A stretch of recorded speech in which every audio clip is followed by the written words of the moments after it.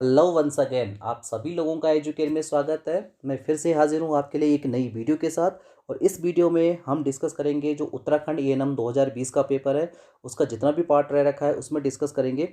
मैं कोशिश करूँगा इस वीडियो में कि एक तो जो पहला हमारा क्या है, जो मैथ्स का पोर्शन है उसको कंप्लीट करने की, इसका जो भी सॉल्यूशन होगा, जो भी कॉन्सेप्ट होंगे, मैं आपको क्लियर करता जाऊँगा। दूसरा जो जी के हमारे पास आ रखा है, जीके में जितना भी जीएस है या फिर उत्तराखंड है, उन सबको यहाँ पे कंप्लीट करने की कोशिश करूँगा। ठीक है, आई होप कि आप वीडियो के लास्ट तक बने रहिए और जो भी कॉन्सेप्ट है उसको समझते जाइए। ठीक है, तो स्टार्ट करता हूँ मैं यहाँ पर जो भी स्टार्टिंग के जो क्या थे 20 क्वेश्चन थे, स्टार्टिंग के 20 क्वेश्चन जो हिंदी के थे, वो मैंने इसका पार्ट 1 में पूरा डिस्कस कर चुका हूँ। ठीक है, तो इसमें से 20 क्वेश्चन मैं ऑलरेडी डिस्कस कर चुका हूँ हिंदी के। अगर आपने वो वीडियो नहीं देखे तो उस वीडियो को भी देख लीजिए और फिर तब जाके ये वाला जो हमारा क्या है पार्ट है इसको देखना। ओके, तो यहाँ पर सबसे पहले यहाँ पर मैं स्टार्ट करूँगा मैथ्स से। ठीक है, तो मैथ्स ये रहा। चलिए, फिर मैथ्स का जो पोर्शन हमारा शुरू होता है वो होता है क्वेश्चन नंबर 32 से। तो क्वेश्चन नंबर 32 में हमारे पास एक क्वेश्चन है कि एक आयताकार मैदान है जिसकी लंबाई कितनी 161 मीटर है और इसकी चौड़ाई कितनी 136 मीटर है। ठीक है, और इस मैदान के चारों ओर क्या होना है, एक मार्ग बना है। ओके, तो मार्ग का कुल क्षेत्रफल दे रखा है 1204 मीटर, तो मार्ग की चौड़ाई हमें बतानी है। ओके, तो मैंने पहले ही कह चुका हूँ आपको कि इस तरह के जो क्वेश्चन होंगे, जिस विद्यार्थी ने ढंग से पढ़ा होगा वही इसको सॉल्व कर सकता है। ठीक है, तो देखो एक रेक्टेंगल है। ओके, मतलब ये हुआ कि एक रेक्टेंगल है हमारे पास और इसकी जो क्या है, जो लेंथ दे रखी है, वो लेंथ कितनी दे रखी है 161 मीटर दे रखी है। ठीक है, और इसकी जो विड्थ दे रखी है वो कितना दे रखी है 136 मीटर। ठीक है, और एक चीज़ और बता रखी है कि इसके जो चारों ओर है, एक क्या है, एक रास्ता है। ठीक है, मतलब रेक्टेंगल के चारों ओर क्या है, रास्ता है। तो इसको कैसे सॉल्व करेंगे, और इस रास्ते की जो कुल क्या है, मतलब मार्ग का जो क्षेत्रफल बता रखा है वो कितना बता रखा है। ठीक है, तो मार्ग का क्षेत्रफल बता रखा है 1204 मीटर स्क्वायर। ओके, तो इसको कैसे सॉल्व करेंगे, देखो इसको पी क्यू और आर और इसको एस मान लो। ठीक है, और यहाँ पर 161 मीटर ऑलरेडी है और यहाँ पर 136 जो क्या है मीटर वो ऑलरेडी है। ओके, इसको मान लो ए और इसको बी। ओके, और इसको सी और इसको डी करके। ओके, मतलब हमें क्या करना है, हमने इसकी चौड़ाई बतानी, किसकी, ये चारों साइड बराबर होगा, इसकी चौड़ाई बतानी है। ओके, तो इसको क्या करेंगे, यहाँ से 161 प्लस 2x कर लेंगे दोनों साइड की लंबाई लेके, और यहाँ पर क्या करेंगे 136 प्लस 2x करके। ठीक है, तो इसको 2x मतलब लंबाई और चौड़ाई दोनों साइड के निकाल के इसको क्या है निकल जाएगा। ओके, कैसे निकलेगा ये, तो माना मार्ग की चौड़ाई क्या x मीटर है, तो मार्ग का क्षेत्रफल क्या हो जाएगा, इसमें ए बी सी डी का क्षेत्रफल माइनस पी क्यू आर का क्षेत्रफल, इस हिसाब से। ठीक है, तो इसको पूरा सॉल्व करेंगे हम, तो जब इसको सॉल्व करेंगे तो इसका जो आंसर निकलेगा हमारे पास एक्स बराबर क्या निकल रहा है 2 मीटर है। ठीक है, तो आप इसके कॉन्सेप्ट को समझ लोगे और कॉन्सेप्ट को समझने के बाद इसका जो आंसर करोगे वो कितना हो जाएगा, एक्स बराबर 2 मीटर, यानी 32 का जो आंसर निकलेगा वो कितना है 2 है। ओके, फिर नेक्स्ट हमारे पास क्वेश्चन नंबर 33 है। चलिए क्वेश्चन नंबर 33 की ओर चलते हैं। इसमें से है कि निम्नलिखित में से कौन सी संख्या 3 से विभाज्य नहीं है। ओके, तो देखो कभी भी 3 से विभाज्य होने का जो नियम होता है वो क्या होता है, जैसे हमारे पास संख्या है 5 1 5 1 6 8। ठीक है, तो इनको आपस में क्या कर लेते हैं, प्लस कर लेते हैं सभी को। ओके, तो 5 1 6 और 6 12 प्लस 8 कितना हो गया 20। 20 को किससे डिवाइड कर देंगे 3 से। ओके, तो 3 से अगर ये पूरा पूरा चला जाएगा तो ये 3 से क्या हो जाएगी, विभाज्य हो जाएगी। ऐसे ही सभी संख्याओं को करेंगे, तो ये वाली संख्या और ये तीनों संख्या क्या है, इससे विभाजन नहीं हो रही है। ओके, और जो हो रही है वो कौन सी है 2 8 7, कैसे 8 और 2 10। ओके, और 7 और प्लस 1 कितना 8, तो 10 और 8 18। ठीक है, और 3 का उससे चला जाएगा 3 6 18, तो इसका मतलब विभाज्य कौन सी संख्या है, ये वाली संख्या है, लेकिन इसमें क्या पूछ रखा है कि नहीं है। ओके, तो इसमें ऐसे क्वेश्चनों में क्या हुआ था, पिछली बार क्या कर रखा था, कॉमन मार्किंग कर रखा था। ठीक है, तो ये तीनों की तीनों संख्या विभाज्य नहीं है और इसमें विभाज्य है। ठीक है, तो फिलहाल इसको वैसे ही रख लेते हैं क्योंकि ये क्या है, कॉमन मार्किंग वाला सीन इसमें नजर आ रहा है। ओके, नेक्स्ट क्वेश्चन है हमारे पास 34 वाला, और 34 वाला क्वेश्चन आपने कैसे करना था, 3.5 into 3.5 plus 2 into 6.5 into 3.5 plus 6.5। देखो इस ये वाला जो क्वेश्चन है, ये वाला क्वेश्चन आपको पता होगा कि ये जो क्वेश्चन आ रखा है वो कौन सा है 3.5, यानी ये क्या है, देखो यहाँ पर ये बन रहा है ये square plus 2a plus B square करके, जो किसका सूत्र होता है, a प्लस बी का होल स्क्वायर का सूत्र होता है। ठीक है, तो a क्या है हमारे पास, इसमें देखो 3.5, बी क्या है 6.5, ओके, और ये क्या है स्क्वायर है, तो इसका मतलब क्या आ गया 10, ये वाला।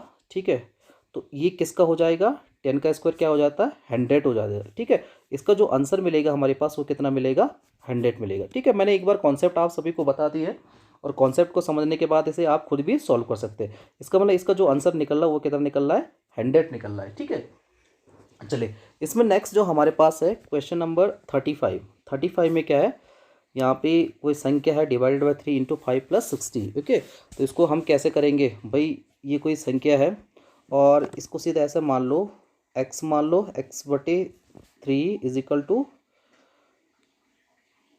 12, और x इसको स्टार्टिंग से करेंगे तो ये क्या निकल जाएगा, x divided by 3 is equal to, इसको x डिवाइडेड बाई 3, ठीक है, और into 5 is equal to 60। Okay, इसको आगे करेंगे तो क्या आ जाएगा, x divided by 3, okay, is equal to 60/5।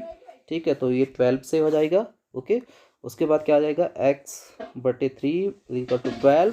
फिर नेक्स्ट आ जाएगा हमारे पास कितना, x बराबर 12 इंटू 3, तो x बराबर कितना आ जाएगा हमारे पास 36। ठीक है, तो ये इसका आंसर क्या निकल जाएगा हमारे पास, इसका आंसर निकल जाएगा 35 का 36। नेक्स्ट है हमारे पास, देखो पूरा क्वेश्चन यहाँ पे सॉल्व करूँगा तो वीडियो बहुत लंबा हो जाएगा। आप एक बार क्या कर लीजिए, इसके कॉन्सेप्ट को समझ लीजिए, और कॉन्सेप्ट को समझने के बाद क्या है आप खुद करते जाइए। ओके, माना इसमें देखो दो विद्यार्थियों की आयु का अनुपात 3:2 है, उनमें से एक दूसरे से 5 वर्ष बड़ा है। ठीक है, तो छोटे विद्यार्थी की आयु कितनी होगी, आप इसको मान लो कि पहले विद्यार्थी की आयु कितनी है 3x मान लो, क्योंकि 3 ऑलरेडी दे रखा है, और दूसरे की कितनी मान लो 2x मान लो। ओके, मतलब पहले की 3x और दूसरे की 2x मान लो। ओके, पहला विद्यार्थी दूसरे से क्या है 5 वर्ष बड़ा है, ये हमें दे रखा है। पहले विद्यार्थी की आयु दूसरे की विद्यार्थी से कितनी होगी, 5 वर्ष बड़ी होगी। ठीक है, तो ये निकल आएगा हमारे पास, तो ये आएगा यहाँ पर देख लीजिए 3x is equal to 2x plus 5 आ गया। ओके, तो 3x minus 2x is equal to 5 आ गया, और x बराबर कितना आ गया 5 आ गया। ठीक है, तो x की वैल्यू आ गई। अब इसमें 2x और 3x ऑलरेडी दे रखा है, तो छोटे विद्यार्थी की आयु कितनी है 2x है। ठीक है, तो 5 दूने 10, इसमें जो आंसर आ रहा है वो कितना आ रही है 10 आ रहा है। ओके, आप इसको मैच भी करते रहिए अपनी आंसर शीट से। ओके, देखो फिर हमारे पास 36, और 36 में दे रखा है कि यदि 24 वस्तुओं का क्रय मूल्य 18 वस्तुओं के विक्रय मूल्य के बराबर हो तो लाभ प्रतिशत बताइए। ठीक है, ये भी काफ़ी लंबा सवाल है। तो आपने करना क्या है कि माना एक वस्तु का क्रय मूल्य 1 रुपये है। ठीक है, तो 24 वस्तुओं का कितना हो गया 24 हो गया, 18 वस्तुओं का विक्रय मूल्य क्या हो जाएगा 24 वस्तुओं का क्रय मूल्य के बराबर हो जाएगा। ठीक है, तो लाभ बराबर विक्रय मूल्य माइनस क्रय मूल्य कर देंगे आप, तो क्या आ जाएगा, इसका जो क्या आएगा आंसर आ रहा है वो कितना आ रहा है, लाभ आ रहा है, और लाभ कितना आ रहा है 33.1/3% आ रहा है, ये वाला क्वेश्चन आंसर। ठीक है, आप इसे खुद से सॉल्व कर लेना। ओके, चलिए अब डिस्कस करते हैं क्वेश्चन नंबर 38। एक बेलन का आयतन 88 घन सेंटीमीटर और बेलन के आधार की त्रिज्या 2 सेंटीमीटर है, तो बेलन की ऊंचाई h बताना है हमें। ठीक है, तो आप सभी को जैसे ज्ञात होगा कि बेलन की जो त्रिज्या, बेलन का सबसे पहले आयतन जो क्या होता है, तो आयतन होता है इसका पाई r² h। ठीक है, और बेलन की त्रिज्या r बराबर 2 सेंटीमीटर दे ही रखा है इसमें। ओके, और आयतन कितना दे रखा है 88 घन सेंटीमीटर दे रखा है, तो हमें क्या फाइंड आउट करना है, h फाइंड आउट करना है। ओके, तो देखिए इसमें क्या होगा, pi r² h is equal to 88 है। ओके, और फिर इसमें क्या आ जाएगा 22/7, ओके, इंटू 2 का स्क्वायर आ जाएगा, और इंटू h हमें फाइंड करना है, और 88। ठीक है, ये टोटल मिलके जो बन जाएगा हमारे पास, इसको सॉल्व करेंगे तो h बराबर कितना आ जाएगा 7 सेंटीमीटर, इसका क्या आ जाएगा आंसर आ जाएगा। ठीक है, 7 सेंटीमीटर क्या आ जाएगा इसका आंसर आ जाएगा। ओके, इसमें नेक्स्ट क्वेश्चन है हमारे पास कि 10,000 रुपये का 3% चक्रवृद्धि ब्याज की दर से 2 वर्ष का मिश्र धन होगा। ओके, तो मिश्र धन का जो सूत्र होता है P इंटू 1 प्लस R/100 की पावर n। ठीक है, तो देखो P कितना है हमारे पास, इसको सॉल्व कर देंगे P, तो P कितना है 10,000 है। ओके, इंटू कितना 1 प्लस R कितना है 3 है, और फिर 100, ओके। और कितने 2 वर्ष के लिए, ओके। तो कितना इसका जो फाइनली जो आंसर होगा मैं इतना बता देता हूँ, यहाँ पे 10,000 आ जाएगा, ओके। यहाँ पर कितना आ जाएगा 103 और यहाँ पर 100, फिर क्या जाएगा 103 और यहाँ पर 100, ठीक है। इसको ऐसे कर देंगे, ठीक है, ये दोनों कट जाएगी, इन दोनों का मल्टीपल आएगा तो टोटल जो हमारे पास आएगा वो आ जाएगा 10,609। इसका आंसर क्या आ जाएगा 10,609, ओके। फिर हमारे पास यहाँ पर आएगा नेक्स्ट क्वेश्चन है हमारे पास 40 का है कि एक त्रिभुज की ऊंचाई एवं आधार क्रमशः 6 सेंटीमीटर और 5 सेंटीमीटर है, ओके। तो त्रिभुज का क्षेत्रफल बताना है हमें, ओके। तो आपको पता होगा त्रिभुज का क्षेत्रफल होता है 1/2 इंटू आधार इंटू ऊंचाई, ओके। सो यहाँ पर हमारे पास दो चीज़ तो दे ही रखी हैं, ओके। तो इसका जो आंसर आ जाएगा वो कितना आ जाएगा, एरिया 1/2 इंटू 6 इंटू 5, ठीक है। तो टोटल इसका जो आंसर आ जाएगा वो क्या है 15 सेंटीमीटर स्क्वायर आ जाएगा, इसका 15 सेंटीमीटर स्क्वायर ये वाला, यानी 40 का ये है, ओके। फिर 41 का है कि एक बल्लेबाज ने 6 पारियों में निम्नलिखित रन बनाए और इस बल्लेबाज का औसत रन बताना है आपने, ओके। तो आपने क्या करना है, बल्लेबाज का क्या बताना है, औसत रन बताना है, ओके। तो आपको पता है कि जब भी हम क्या करते हैं इसे ऐसे क्वेश्चन करते हैं तो इन सभी संख्याओं को आपस में जोड़ते हैं और जितनी वो संख्याएं होती है उससे क्या करते थे, डिवाइड करते थे। मतलब ये हुआ कि आपने क्या करना है 36, 35, 50 जितनी भी संख्या इनको जोड़ना है और उसके बाद कितने हैं, ये 6 है ना, तो इससे क्या करना है, डिवाइड करना है। तो इसका जो आंसर आ रहा है वो कितना आ रहा है 47, ओके। आप साथ में अपने पेपर को भी रखिए, साथ साथ में इसे करते जाइए, ओके। नेक्स्ट है हमारे पास 42 वाला, ये है x² a² plus b² plus 2x और ac plus bd plus c² का वास्तविक मान नहीं है, ठीक है। तो ये वाला जो क्वेश्चन है, ये वाला क्वेश्चन होता है द्विघातीय समीकरण वाला, ओके। और इसका जो आंसर आ रहा है उसका आंसर मैं फाइनली बता देता हूँ क्योंकि काफ़ी लंबा क्वेश्चन है। तो इसका जो आंसर आ रहा है ये वाला A, okay. A is not AD is not equal to BC, यानी AD किसके बराबर नहीं है, मतलब BC के बराबर नहीं है, ठीक है। ये वाला क्वेश्चन आ रहा है, ओके, आंसर आ रहा है, ओके। नेक्स्ट है कि 43 का है कि 2/5 मीटर को सेंटीमीटर में बदलिए, ठीक है। 2/5 मीटर को सेंटीमीटर में बदलिए, क्वेश्चन नंबर 43, ठीक है। तो आपको पता है 43 का क्या आएगा, 1 metre is equal to 10 centimetre, तो 2.5 metre is equal to 2/5 into 100। तो इसका जो आंसर आ रहा है वो कितना आ रहा है 40 आ रहा है, कितना आ रहा है 40 इसका आंसर आ जाएगा, ओके। चलिए नेक्स्ट है हमारे पास कि एक वस्तु को 625 रुपये में बेचने से उतना ही लाभ होता है जितना कि इसे 435 रुपये में बेचने से हानि, तो इस वस्तु का क्रय मूल्य कितना है, ठीक है। तो लॉस इसमें क्या हो रहा है, तो आपको पता है कि SP minus CP 625 minus x करके इसको क्या निकल देंगे, तो इसका जो आंसर आ रहा है वो कितना आ रहा है 530 रुपया आ रहा है, ठीक है। फिर चलो नेक्स्ट क्वेश्चन की ओर चलते हैं। एक घनाकार जलाशय की गहराई कितनी होगी जिसका आयतन कितना है 729 घन मीटर है, ठीक है। तो आपको ये पता होना चाहिए एक जो घनाकार होता है उसका जो आयतन बता रखा है, ठीक है। तो आयतन कितना बता रखा है 729 घन मीटर बता रखा है, ठीक है। तो घन का आयतन बराबर होता है A³, ठीक है। तो A³ बराबर कितना है 729 है, ओके। तो हम इसको ऐसे कर देंगे 729 का क्यूब कर देंगे, ठीक है। और जब इसका क्यूब निकालेंगे तो हमारे पास मिल जाएगा कितना 9 मीटर, ठीक है। 9 का क्यूब होता है कितना 729, ओके। फिर नेक्स्ट है हमारे पास ये 46 वाला कि 90 किलोमीटर प्रति घंटा को मीटर प्रति मिनट में बदलिए, ठीक है। तो घंटा को कैसे बदलना है, मीटर में बदलना है, ठीक है। तो इसका जो आंसर निकलेगा 1 किलोमीटर बराबर कितना होता है 1000 मीटर, ठीक है। और 1 घंटा बराबर कितना होता है 60 मिनट, ओके। तो इसको क्या कर देंगे हम, इसको ऐसे कर देंगे 90 इंटू 1000 और 60, इसको काटेंगे तो कितना मिलेगा 1500, ठीक है। तो 1500 मीटर पर मिनट मिल जाएगा हमें, ओके। फिर 47 वाला देखिए कि एक त्रिभुज के दो कोण जिनके 70 डिग्री और 45 डिग्री है तो तीसरे कोण का मान क्या होगा, ठीक है। तो इसमें देखिए त्रिभुज है और त्रिभुज के तीनों कोणों का मान कितना होता है 180 डिग्री होता है, ठीक है। आप सभी को पता है कि त्रिभुज को तीनों कोणों का मान कितना होता है 180 डिग्री होता है, ठीक है। अब आपको पता होना चाहिए कि इसमें देखो कि 70 plus 45 plus X is equal to 180।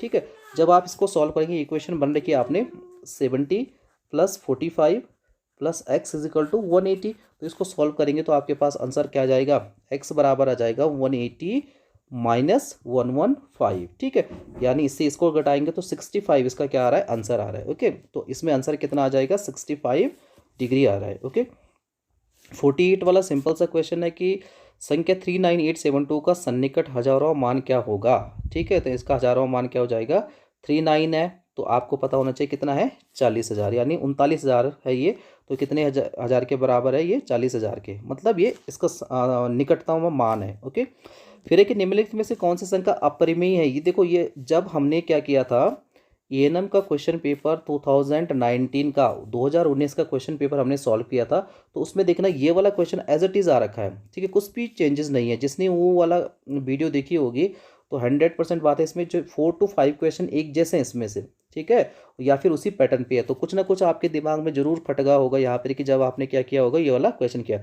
निम्नलिखित में से कौन सी संख्या अपरिमेय, अब तो अपरिमेय कौन सी है, पाई है। ठीक है, और जब हम इसको क्या बन कर देते हैं, 22/7 में लिखते हैं, तो ये क्या बन जाती है, परिमेय संख्या बन जाती है। ठीक है, तो इसका जो सही आंसर हो जाएगा वो क्या हो जाएगा, पाई हो जाएगा। ओके, फिर नेक्स्ट है हमारे पास कि 1:2, 2:3 और 3:4 का मिश्रित अनुपात क्या होगा। ठीक है, इसका मिश्रित अनुपात बताना है, तो इसका जो आंसर है ये भी क्या है, 1:4 है। ओके, ये भी पिछले वाला क्या हो रखा है, रिपीट हो रखा है। फिर है संख्या 23, 40, 48 और 45 का लघुत्तम समापवर्त्य बताना। देखो, इसमें से ना तो 180 है, ना ही 240 है, ना ही 120 है, ना ही 360 है। ठीक है, इसका जो आंसर आ रहा है वो कितना आ रहा है, आप सभी को पता होना चाहिए कितना आ रहा है इसका आ रहा है 16,560। तो इसमें से कोई भी आंसर नहीं है। ठीक है, ये भी कॉमन मार्किंग होगी आपकी, जैसे पिछली बार हुआ था। ओके, चलिए, इसमें टोटली जितने भी क्वेश्चन थे वो हमने क्या कर लिए, मैथ्स के सॉल्व कर लिए हैं। ठीक है, अब इसके बाद जो नेक्स्ट जो हमारे पास आता है वो आता है हमारे पास जीएस, और जीएस में सबसे पहले हमारे पास है वो कौन सा है, उत्तराखंड आ रखा है। चलो, उत्तराखंड के काफ़ी अच्छे क्वेश्चन है कि रेणी गांव चमोली की श्रीमती गौरा देवी का संबंध रहा है नशा बंदी आंदोलन से, मैती आंदोलन से, चिपको आंदोलन से, या फिर बीच बचाओ आंदोलन से। तो इसका सही आंसर है चिपको आंदोलन से। ठीक है, श्रीमती गौरा देवी चिपको आंदोलन से संबंधित थी। ओके, 53 है केदारनाथ व रुद्रप्रयाग के मध्य बहने वाली नदी है, तो उसका नाम है कौन सा, केदारप्रयाग और जो क्या है रुद्रप्रयाग के मध्य जो बहती है उसे कहते हैं मंदाकिनी। ओके, कांग्रेस की कलकत्ता अधिवेशन 1886 में राज्य से कौन उपस्थित हुए थे, तो ये कौन थे, गोविंद बल्लभ पंत थे, जीबी पंत। ओके, निम्नलिखित में से किसे पहाड़ों की रानी कहा जाता है, सिंपल सा है, मसूरी को पहाड़ों की रानी कहा जाता है। ओके, 56 है निम्नलिखित स्थानों में से चंद्रगुप्त मौर्य ने कहाँ अपनी उच्च शिक्षा प्राप्त की थी। ठीक है, निम्नलिखित में से कहाँ पर चंद्रगुप्त मौर्य ने अपनी उच्च शिक्षा प्राप्त की थी, तो इसका सही आंसर होगा तक्षशिला में उन्होंने क्या की थी, अपनी उच्च शिक्षा प्राप्त की थी। निम्नलिखित में से कौन सा एक उत्तराखंड का जिला नहीं है। ठीक है, 3 इसमें ऐसे जो उत्तराखंड के जिला है और एक जो कौन सा है वो क्या है, नहीं है। तो रुद्रप्रयाग जिला है, उधमसिंह नगर, बागेश्वर, तीनों जिले, उसमें से जो नहीं है वो कौन सा, रुड़की नहीं है। तो सही आंसर क्या हो जाएगा, इसका रुड़की हो जाएगा। ओके, प्रसिद्ध चिल्का झील स्थित है, अवस्थित है या फिर स्थित है, तो आपको पता होना चाहिए चिल्का झील कहाँ पर स्थित है, उड़ीसा में है। कहाँ पर है, उड़ीसा में। ओके, फिर है उत्तराखंड में मैती आंदोलन के प्रवर्तक कौन हैं। ठीक है, उत्तराखंड में मैती आंदोलन के प्रवर्तक कौन है, तो उत्तराखंड में मैती आंदोलन के जो प्रवर्तक हैं उनका नाम क्या है, कल्याण सिंह रावत। क्या नाम है, कल्याण सिंह रावत। आपको पता होना चाहिए कि जो कल्याण सिंह रावत है इनका नाम क्या है, मैती है, कल्याण सिंह रावत मैती करके इनको बुलाया जाता है। ओके, फिर है अशोककालीन शिलालेख राज्य के किस स्थान से मिला है। देखो, इसमें थोड़ा क्वेश्चन कैसा है कि अशोककालीन शिलालेख राज्य के किस स्थान से मिला है। देखो, ये जो मिला है ये कालसी से मिला है, और कालसी कहाँ, कौन से डिस्ट्रिक्ट में, देहरादून में है।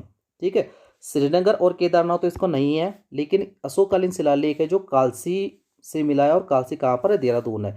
तो इसमें मैं किसे मानूँ, आप खुद समझ लो कि क्वेश्चन की का जो क्या पैटर्न है, पैटर्न कुछ ऐसा है। वैसे इसका सही आंसर जो होगा वो क्या होगा, सी कालसी होगा। ठीक है, कालसी होगा, बल्कि देहरादून नहीं होगा। ठीक है, लेकिन कालसी कहाँ पर है, देहरादून में है, और देहरादून में ही कालसी है, आप इसको ऐसे समझ लो। ओके, फिर नेक्स्ट है कि वाइचुंग भूटिया का संबंध किस खेल से है। ठीक है, तो इनका संबंध किससे, फुटबॉल से है। फिर 62 देख लीजिए, 62 है कि पुराणों में नंदन कानन किसे कहा गया है। पुराणों में जो नंदन कानन है वो किसको कहा गया है, फूलों की घाटी को कहा गया है। ओके, चलिए अब नेक्स्ट हमारे पास है क्वेश्चन नंबर 63, और 63 क्वेश्चन में आपने देख रहे हैं निम्नलिखित में से कौन सी एक तिलहनी फसल है। ठीक है, तो इसमें से 3 ऐसे हैं जो क्या है, तिलहनी फसल नहीं है, और एक कौन सी तिलहनी फसल है। ठीक है, तो इसका जो सही आंसर बन रहा है वो कौन सा है, सूर्यमुखी है। सूर्यमुखी इसका क्या हो जाएगा, आंसर होगा। इसमें जो मसूर, लोबिया और बरसी में ये क्या है, तिलहनी फसल नहीं है, बल्कि सूर्यमुखी इसमें क्या है, तिलहनी फसल है। तो सही आंसर क्या मिल जाएगा इसमें, कोई answer number C. Naina Devi मंदिर बहुत फेमस है, नैनीताल में स्थित है ये वाला। ओके, रविंद्रनाथ टैगोर ने किस स्थान पर गीतांजलि को लिखने का श्री गणेश किया था। श्री गणेश करने का मतलब है क्या करना, शुरुआत की थी। ठीक है, तो ये कहाँ की थी, रामगढ़ में की थी। ओके, उत्तराखंड की लोक कला अल्पना के लिए प्रचलित शब्द है, प्रचलित शब्द है वो कौन सा है, एपन है। ओके, फिर है सातताल झील किस जिले में स्थित है, तो सातताल झील है वो कहाँ पर है, नैनीताल में है। कहाँ पर है ये वाली, नैनीताल में है। ओके, फिर 68 देखिए, विश्वनाथ आनंद किस खेल के लिए जाने, विश्वनाथ आनंद बहुत फेमस है। ठीक है, और क्या खेलते हैं, शतरंज खेलते हैं। ओके, भारत में बैंकों का पहली बार राष्ट्रीयकरण, जो नेशनलाइजेशन हुआ है बैंकों का, वो कब हुआ था, 69। ओके, तो आपको पता होना चाहिए 1969 में। ओके, इसका हो गया 1969 में। नंदा राजजात को डैश अंतराल के बाद मनाया जाए। देखो ये वाला क्वेश्चन भी पिछले साल वाला ही है। मैं इतना गारंटी देता हूँ, जिस भी अभ्यर्थी ने, जिस भी स्टूडेंट ने क्या किया होगा, 2019 का पेपर एक बार भी उठा के देखा होगा, मैं गारंटी देता हूँ 5 से 7 क्वेश्चन तो उसके एज इट इज़ मिले होंगे। ठीक है, इसमें पिछली बार में आ रखा था कि नंदा राज्य यात्रा जो कितने महीनों बाद या फिर कितने साल बाद होती है, तो ये होती है 12 वर्ष के अंतराल में, 12वें वर्ष होती है। ओके, भारत का राष्ट्रीय ग्रंथ है। ओके, भारत का राष्ट्रीय ग्रंथ कौन सा है, गीता है। ओके, प्राचीन मानव ने सर्वप्रथम किस पशु को पालतू बनाया। ठीक है, एंशियंट हिस्ट्री से, प्राचीन कालीन भारत से आ रखा है ये, तो किसको बनाया था, कुत्ते को बनाया था। ओके, सुब्रतो कप किस खेल से संबंधित है, जो सुब्रतो कप है किस खेल से संबंधित है, वो किससे, फुटबॉल से है। ओके, उसके बाद नेक्स्ट है वेदों की ओर लौटो। ये क्वेश्चन बहुत आता है, मतलब आ ही रहा है ये। ओके, तो वेदों की ओर लौटो किसने कहा था, किसने कहा था ये, तो ये कहा था दयानंद सरस्वती ने। ओके, उत्तरकाशी का पौराणिक नाम क्या है, उत्तरकाशी का जो पौराणिक नाम क्या है वो है बाड़ाहाट। क्या नाम है, बाड़ाहाट। ओके, नेक्स्ट हमारे पास आता है कि कुली बेगार प्रथा के उन्मूलन हेतु एक व्यापक आंदोलन 13 जनवरी 1921 को हुआ था, तो वो कहाँ पर हुआ था। ठीक है, कुली बेगार एक प्रथा थी, तो ये हुआ था कहाँ पर, बागेश्वर में। ठीक है, कहाँ पर हुआ था, बागेश्वर में। ओके, नेक्स्ट है हमारे पास 77, मैकमोहन रेखा जिनके मध्य स्थित है वे हैं, तो वो किसके मध्य स्थित है, भारत और चीन के मध्य स्थित है। ठीक है, आप पेपर साथ में रखो, साथ साथ में क्या करो, अपने आंसर को मैच करते रहो। ओके, बीमर शब्द किस खेल से संबंधित है, 78 का देखेंगे आप, बीमर खेल किस खेल से संबंधित है, तो ये बीमर खेल है क्रिकेट से। ठीक है, वैसे ये बहुत कम सुनने को मिलता है, लेकिन आपको पता होना चाहिए, क्रिकेट हम देखते हैं, लेकिन बीमर शब्द का पता ही नहीं चलता कि बीमर भी एक शब्द होता है। तो ये किस खेल से संबंधित है, क्रिकेट से। ओके, कूर्मांचल केसरी के नाम से कौन जाना जाता है, कूर्मांचल केसरी के नाम से कौन जाना जाता है, तो बद्रीदत्त पांडे जी हैं जो कूर्मांचल केसरी के नाम से जाने जाते हैं। निम्न में से पाताल भुवनेश्वर क्या है, पाताल भुवनेश्वर क्या है ये बताना है कि एक गुफा है, एक ताल है, एक मंदिर है, तो पाताल भुवनेश्वर क्या है, एक गुफा है। क्या है ये, एक गुफा है। ओके, 81 है सत्यमेव जयते उक्ति कहाँ से ली गई, ये वाला क्वेश्चन भी आता रहता है। ठीक है, कुछ ऐसे क्वेश्चन है जो आपके बिल्कुल पिन पॉइंट में होना चाहिए। ठीक है, कुछ ऐसे क्वेश्चन है जो हमेशा किसी न किसी एग्जाम में टपक ही जाते हैं, तो उन क्वेश्चनों का आपके पास एक संग्रह होना चाहिए, उन क्वेश्चनों का आपके पास क्या होना चाहिए, मतलब पूरा क्वेश्चन बैंक होना चाहिए। ओके, तो अगर हम बात करें किसके, सत्यमेव जयते, तो ये कहाँ से लिया गया, मुंडकोपनिषद से लिया गया है। ओके, नेक्स्ट 82 है कि गुरुमुखी लिपि के जनक थे।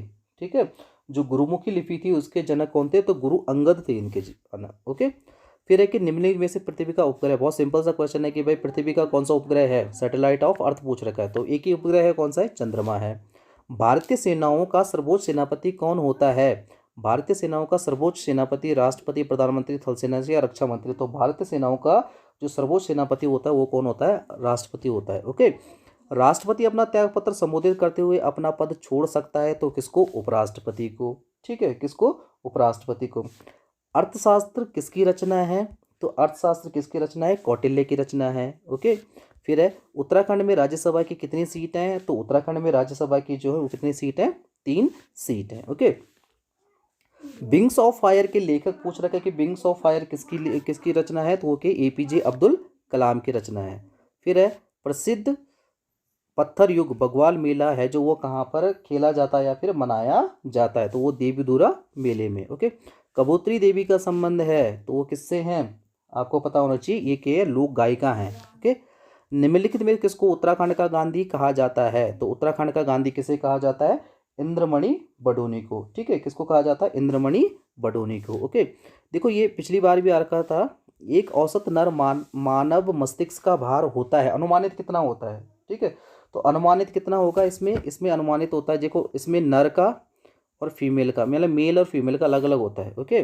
तो मेल, इसमें मेल का पूछ रखा तो इसका सही आंसर होगा 1350 किलोग्राम। ठीक है, क्या होगा? 1350 किलोग्राम। ओके। अब इसमें हमने क्या कर लिए है, इस वाली वीडियो में मैंने मैथ्स के, जीके और जीएस के क्या कर लिए, सारे क्वेश्चन आपको कॉन्सेप्ट से पूरे क्लियर करवा दिए। ठीक है, अगली वाली जो वीडियो होगी इसके बाद की, जो पार्ट 3 आएगा, उस वीडियो में हम क्या करेंगे, इसके जो 20 क्वेश्चन रह गए हैं किसके? साइंस के। ठीक है, इसमें फिजिक्स, केमिस्ट्री और बायोलॉजी, फिजिक्स, केमिस्ट्री और बायोलॉजी को जो 20 क्वेश्चन रह गए वो क्या करेंगे, पार्ट 3 में हम क्या करेंगे, डिस्कस करेंगे। ठीक है, आई होप सभी को आपको वीडियो पसंद आई होगी। ओके। और नेक्स्ट वीडियो जो क्या होगा, नेक्स्ट पार्ट होगा इसका, मैं जल्दी ही अपलोड करूंगा। अगर आपको वीडियो पसंद आई तो लाइक कीजिए, साथ में दोस्तों के साथ शेयर कीजिए। अगर आप चैनल पर नए हैं और ऐसी ही वीडियो आप देखना चाहते हैं तो चैनल को सब्सक्राइब कर दीजिए। Thank you, take care, goodbye to all of you.